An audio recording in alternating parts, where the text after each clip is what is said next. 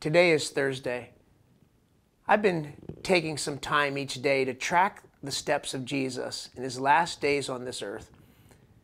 Thursday, he sent his followers into the city to a house where they were preparing the Passover. Today is the day of last things. He would have his last meal with his followers.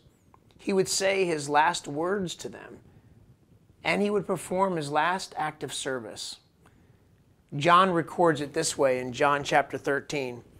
It was just before the Passover festival.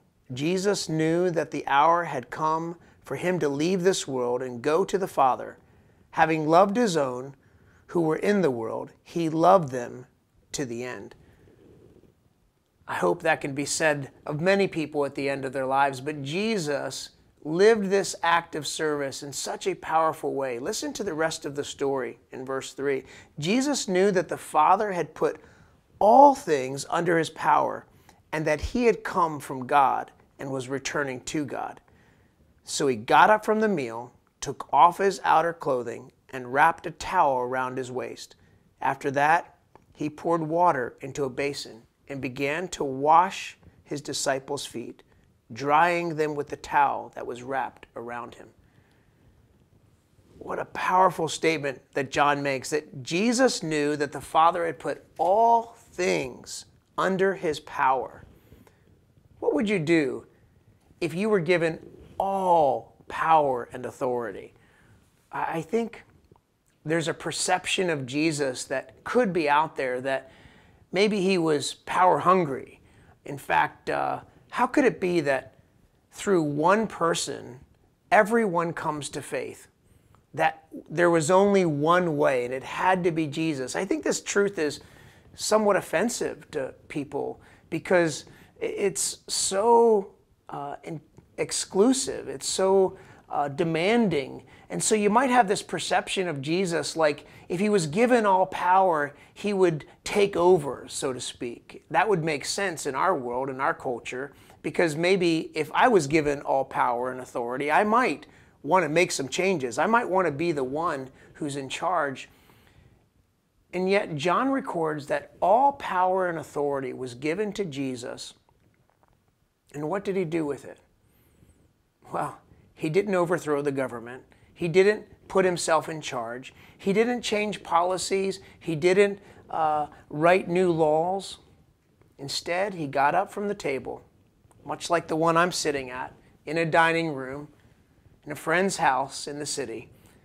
Jesus gets up from the table and does what not even the servants of the house would do.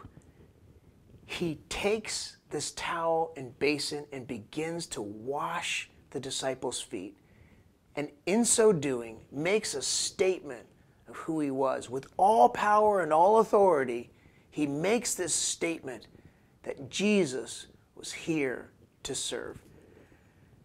I can only imagine what's going through their heads when then Jesus takes bread and breaks it at the same meal and says, "This is my body that was broken for you."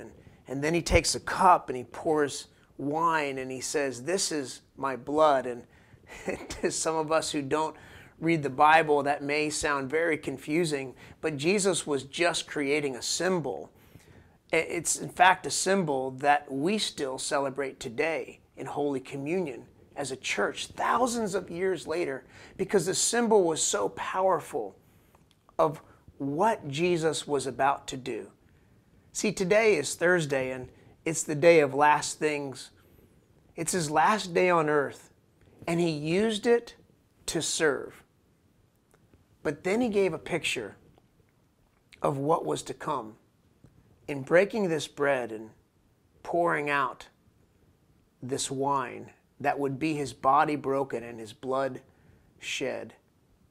I hope you'll join us tomorrow on Friday as we discover the day that God died. His disciples perhaps knew at this meal that something was wrong. I think you know when someone begins to give you their last words, their last statements. And Jesus was no different. In fact, one of his friends and one of his followers that night betrayed him and left the table with a mission in mind to hand Jesus over to those who would kill him. And Jesus took his last night on this earth to make the statement of who he was. And tomorrow, on Friday, we'll see how powerful that statement really is and how much he was willing to pay to make it. See you tomorrow.